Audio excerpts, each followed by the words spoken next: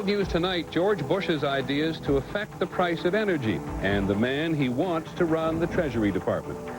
In the middle of nowhere, the hiss of winter warmth. If only they could deliver the gas. On the stock market today, almost 1,000 stocks at new lows. What does that mean? And what Nkosi Johnson wants for Christmas. You'll remember him. From ABC News World Headquarters in New York, this is World News Tonight with Peter Jennings. Good evening. It was another busy day for George W. Bush as he tries to assemble a government. There were several important nominations to his cabinet today. And with the economy now in a more uncertain state, the one that got the most attention was Paul O'Neill for Secretary of the Treasury. Mr. Bush is back in Texas tonight saying goodbye to his old job. ABC's Terry Moran is there. And Terry, as you pointed out earlier today, there is something of a theme to today's nominations. There is, Peter. The theme is novelty. Many of President-elect Bush's nominees, including Treasury Secretary-designee O'Neill, come from outside traditional Republican channels. The president-elect turned to the business world rather than the Wall Street financial community for the nation's chief financial officer. Paul has got vast experience in the private sector.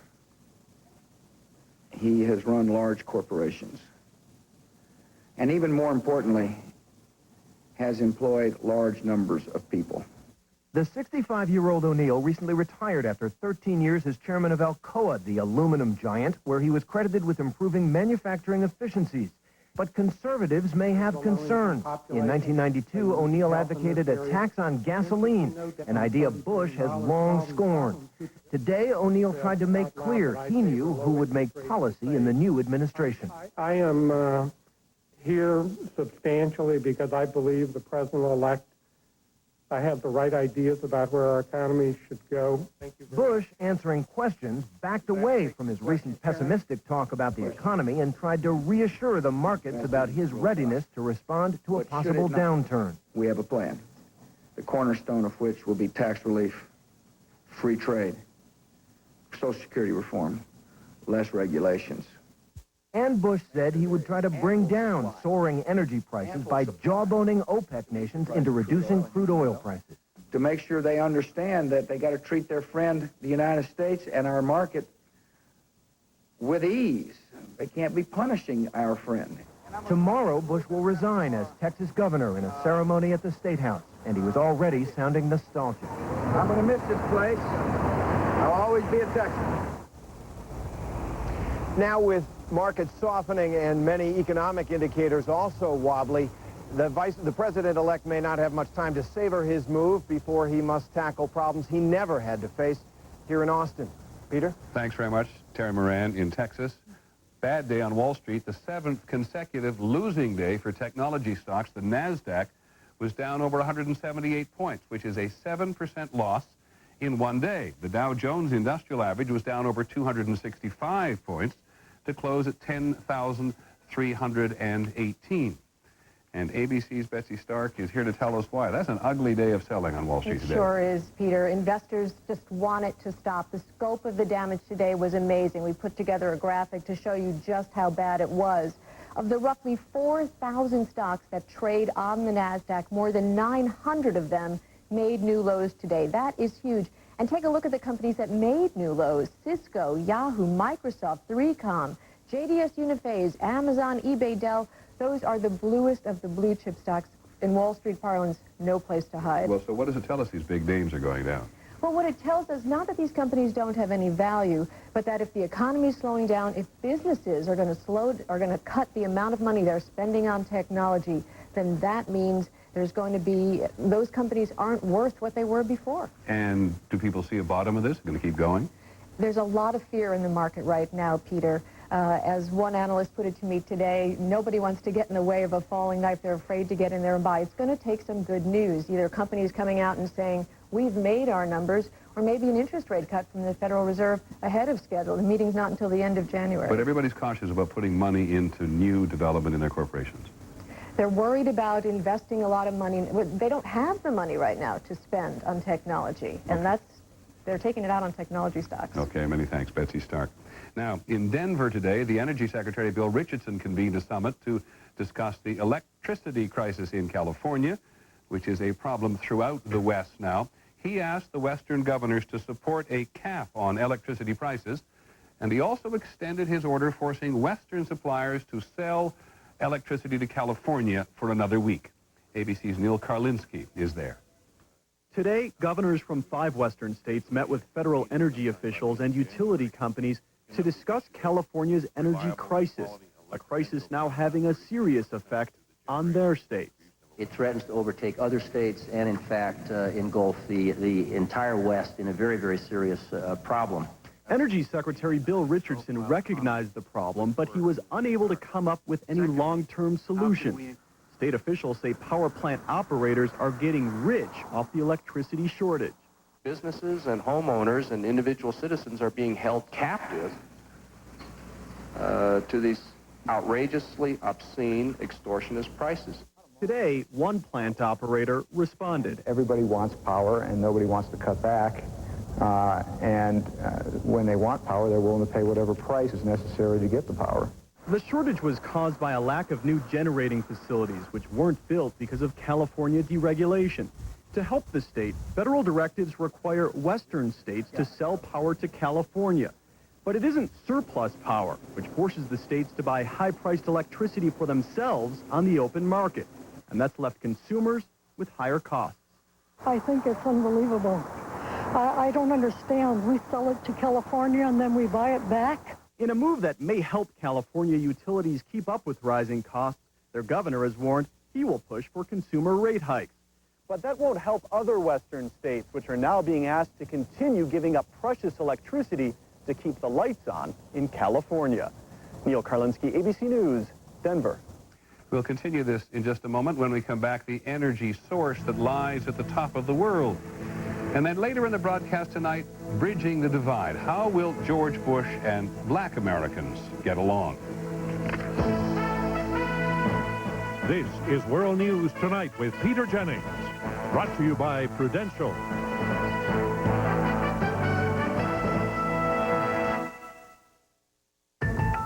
When I evaluate a company, I ask myself, would I put my own money in this company? I see no reason to buy the stock in here. This is not a job that's done well behind the desk. We go out doing the field work that the individual investor does not have time to do. The inventory was in terrific shape going into the fourth quarter. My job as an analyst is not just about buy recommendations. It's about not being surprised by anything. At the end of the day, we just want to do what's right for the investor.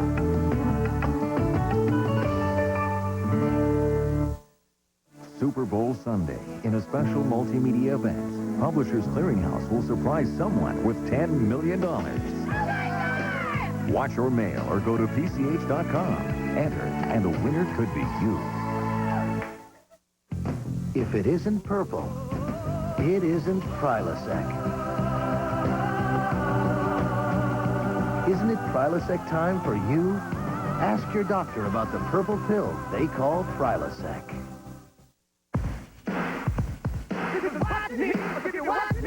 When the journey is just as important as the destination, count on Chevy Impala.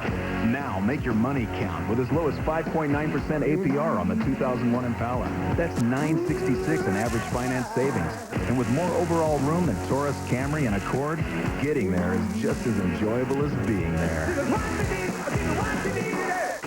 So make your money count at your local Chevy dealer. We'll be there. For sinus sufferers, it can start with a twinge or perhaps a slight pressure. For everyone, there's a signal. Your sinuses are gonna be trouble. Don't let it happen. Take Sudafed at the first sign. Untreated sinus pressure can escalate to pain. But now, taking Sudafed at the first sign releases pressure, so symptoms don't get worse. The first sign of pressure, that's my signal. Stop sinus pain before it starts. Take non-drowsy Sudafed at the first sign. We'll get to the top of the world in just a moment, but President Clinton has announced a new set of privacy rules, and they are broad. They limit the release of any and all personal medical information without an individual's permission.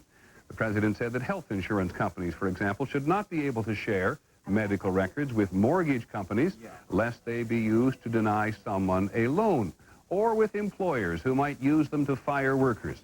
There are heavy fines involved for violators. The Department of Agriculture has released the first federal standards for organic food.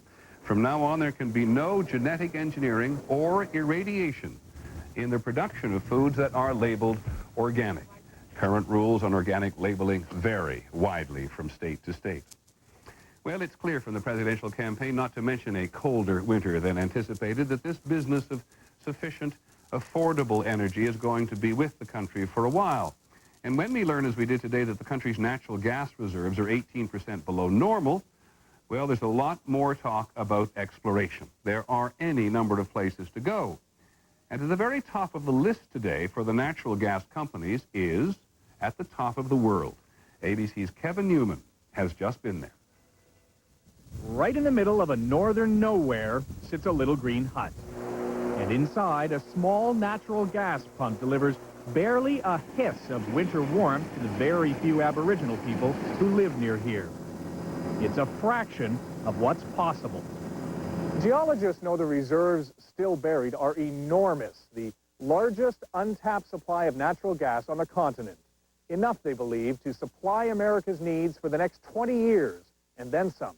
We've got to get it moving. We've got to get it going forward. This is the only major extra supply of indigenous gas for the United States. The question is, which way to go? One proposal starts at Prudhoe Bay, Alaska, picks up more gas from Canada, and takes the shortest route to Chicago in the lower 48. It's also the cheaper way. You take the simplest, most economical route possible, and that would be over the top and down the Mackenzie Valley for both Canadian gas and Alaskan gas. The other possible route bypasses the Canadian reserves, but brings more economic benefit to Alaska and gets natural gas to the lower 48 faster by following existing oil pipelines. Here we have a route already established, and it certainly makes a lot of sense to do it in the most timely, cost-efficient, and environmentally safe way. Many environmentalists remain unconvinced there is a friendly way to disrupt one of the last untouched areas of the planet. You're dealing with the porcupine caribou herd and some of its calving grounds. You know, that's why people are really found there, is because there's food for them and in the long term, and that's what they would like to be able to continue to do. But with natural gas reserves strained, a decision by gas companies on how to proceed is likely this winter. Without this additional natural gas supply, the U.S. will have to grow their economy on imported oil, and I don't think we want to do that. That hut at the top of the world may not be the only one for long. Kevin Newman, ABC News, in Canada's Northwest Territories. In other news today, another example of how children are fighting so many of the world's wars. In Colombia recently, 32 of the 77 rebel fighters captured by government troops were under 18, and of 46 rebels killed, 20 were actually children. There's a study by the human rights group Freedom House today which says more than 4 in 10 people in the world now live in free countries, the highest number since 1981 when the survey began. Mexico and Yugoslavia were singled out for making progress. The former mayor of New York, John Lindsay, has died. He was the 2-term mayor in this city during very turbulent and interesting times from 1965 to 73. He died in South Carolina last night after a long battle with Parkinson's disease, and he was 79. When we come back, trying to unite the nation, the challenge for the president-elect. For every job, there's a hard way, or there's the Dremel way. The Dremel rotary tool with right angle attachment. Suddenly, nothing seems out of reach. For every problem, there's a Dremel solution. If it isn't purple, it isn't Prilosec. Isn't it Prilosec time for you? Ask your doctor about the purple pill they call Prilosec. It's GMC's year-end advantage. Time to take advantage of professional-grade engineering. Like Chuck Bazzina's smart braking system on Sierra that comprehends weight and balances braking, designed to give the driver unsurpassed control. But perhaps the biggest year-end advantage are the numbers on Sierra, engineered by this guy. Now get as low as 1.9% APR financing on any 2001 Sierra 4-door extended cab. Hurry, offer ends January 2nd. Nothing brightens your child's day like their favorite songs. Now Time Life Music brings you a new collection. 100 Best Love Songs for Kids for just $24.99. Falling down, falling down, falling down. Row, row, row your boat gently down the stream. Fly, baby, on the treetop. 100 Songs for Kids on 4 CDs or 4 cassettes for just $24.99. 100 Songs for Kids. If you're not completely satisfied, Time Life will refund every penny of your purchase price. So call now for 100 Songs for Kids. To order, call 1-800-682-5656 or send $24.99 for 4 CDs or 4 cassettes plus $4.99 shipping and handling to 100 Songs for Kids, Department 3, Richmond, Virginia, 23280. She has been at the center of a firestorm. Did her butterfly ballad change the course of presidential history? A surprising, emotional Good Morning America interview tomorrow.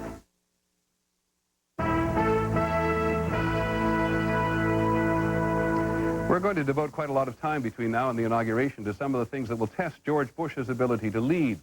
He said this morning that he wants the American dream to shine brightly for everybody, and he has commented before on what a challenge it is, binding the country together where it's torn, representing not only his own Republican Party, but everyone, winning the allegiance of many people who didn't vote for him and are at the very least skeptical about his leadership.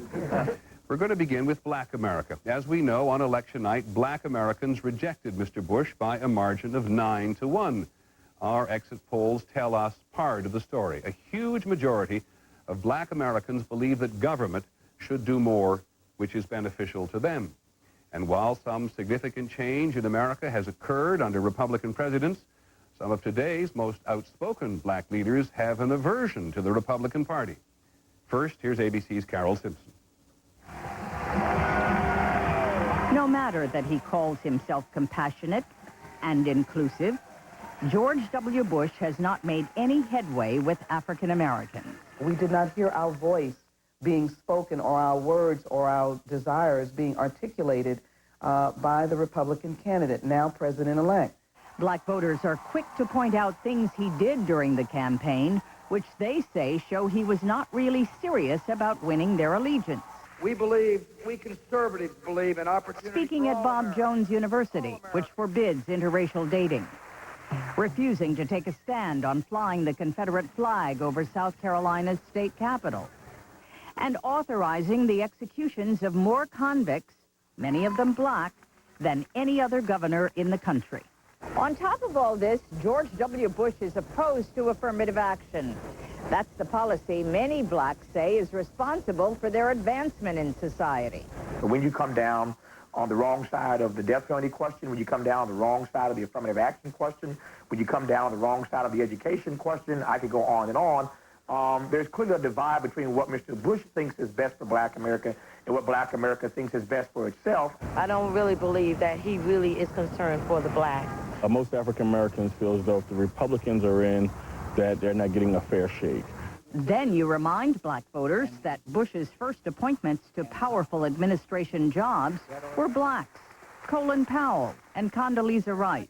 We are not foolish people, and we know that he's using them as tokens. The issue isn't what people he puts in there. The issue is the policies. Even in Texas, only 5% of black voters, fewer than anywhere else, voted for their two-term governor. Well, I just don't trust him. And so the majority of African Americans are worried about what the next 4 years will bring. Their biggest fear? That they will lose under President Bush what they gained under President Clinton. Carol Simpson, ABC News, New York. However, Mr. Bush has yet to take office, and how will it be once he takes charge definitively?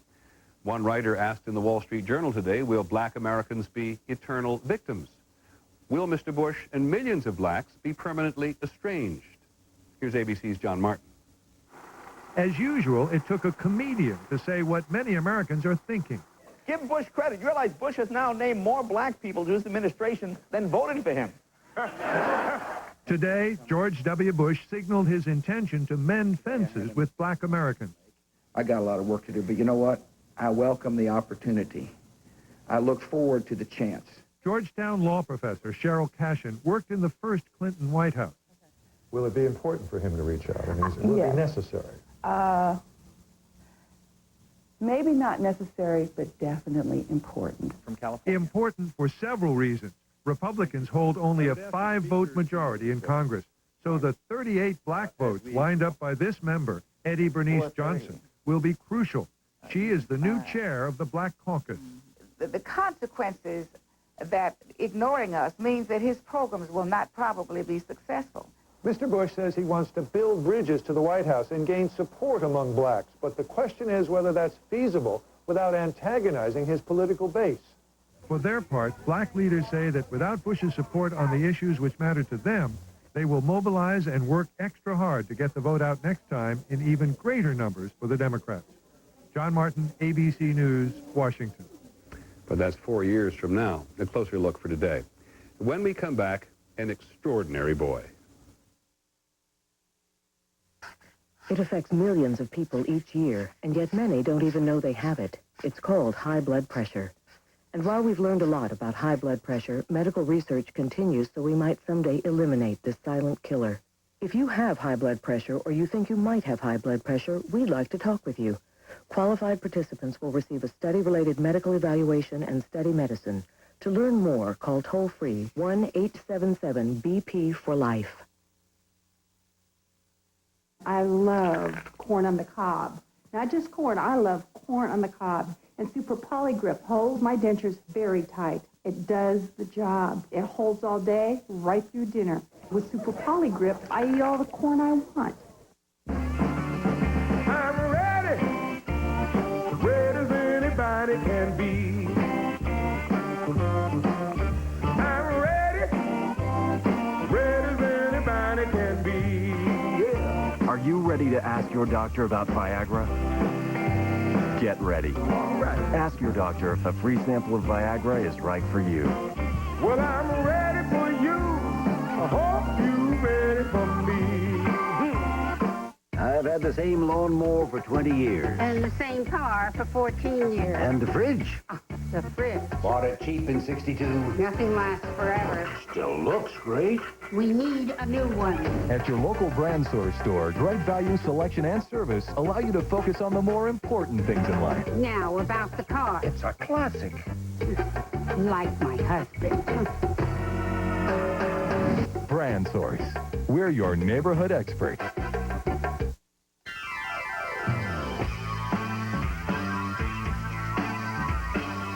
When you have shrimp and crab claws coming together, you have yourself a spectacular holiday party. Pick up a Red Lobster party platter and go overboard.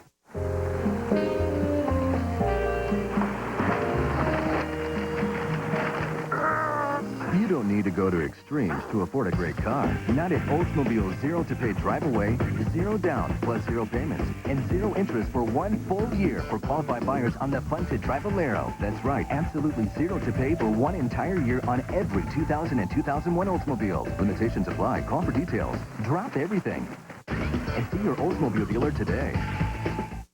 Hey, world, I'm back. Know that old saying about diarrhea? Just let it run its course. Why did I listen to that for so long? Today, I did what was right for my body. I took control. I took Imodium. Why suffer when Imodium AD can stop diarrhea safely and gently, often in just 1 dose? Imodium AD. Restore yourself. New from the makers of Imodium, Probiotica, the dietary supplement that promotes digestive health. Coming up next on K2, we take you to the bottom of the Columbia where an underwater garbage dump is leaking cancer-causing chemicals. It's a look you'll get only on K2. Plus, our Spirit Countdown continues with a weight loss story. See how a woman lost 122 pounds climbing a local landmark. I'm Steve Dunn, K2 News, coming up next. Just a quick reminder of what the main story was today. The business of governing. George W. Bush announced his nominee for Treasury Secretary today. He has chosen Paul O'Neill, who was at one point the chairman of the aluminum company Alcoa. Didn't go to Wall Street. Finding from us this evening, the remarkable child. You've met him before. And one of the reasons we went back to see him again was your enormous interest. His name is Nkosi Johnson. He's 11 years old. He lives in South Africa. And when we first encountered him last summer, he was speaking for millions of children in Africa who have the AIDS virus. I want to tell the world, because he told us then, that infected people are people too. Now, many of you have wanted to know how he was doing. So ABC's Jim Wooten reports again from Johannesburg. He has become the face of AIDS in Africa, the living embodiment of its deadly assault on the continent. His body and his soul. And yet, Nkosi Johnson is also a bright symbol of courage and compassion.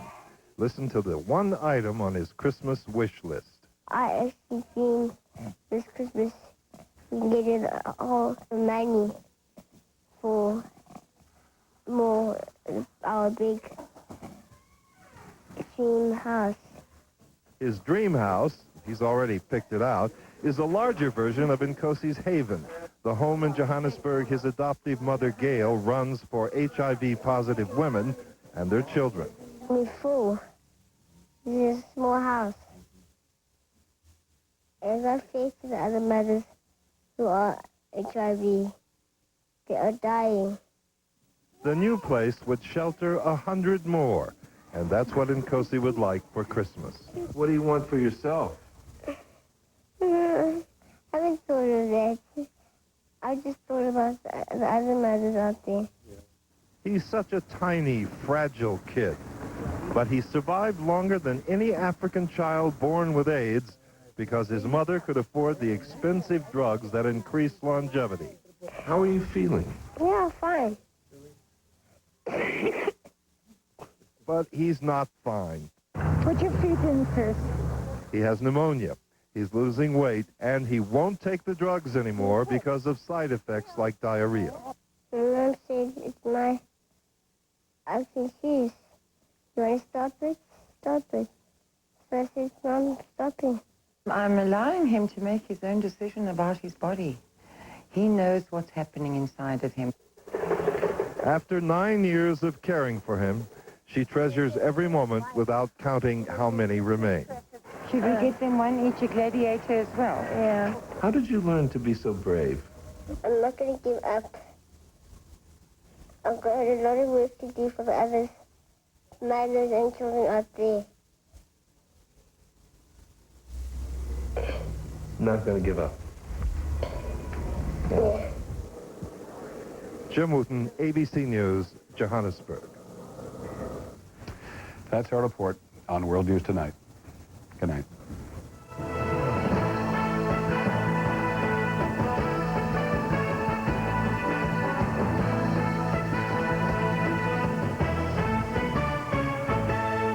This has been a presentation of ABC News. More Americans get their news from ABC News than from any other source.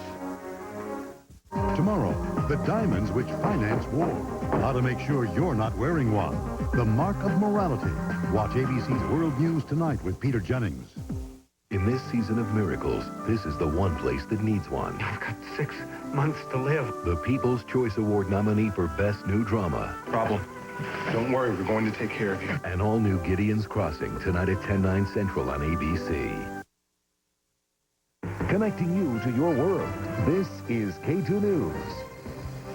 Good evening, I'm Paul Lindman. And I'm Steve Dunn. Thank you for joining us. Well, time is running out. Just 100 days left before the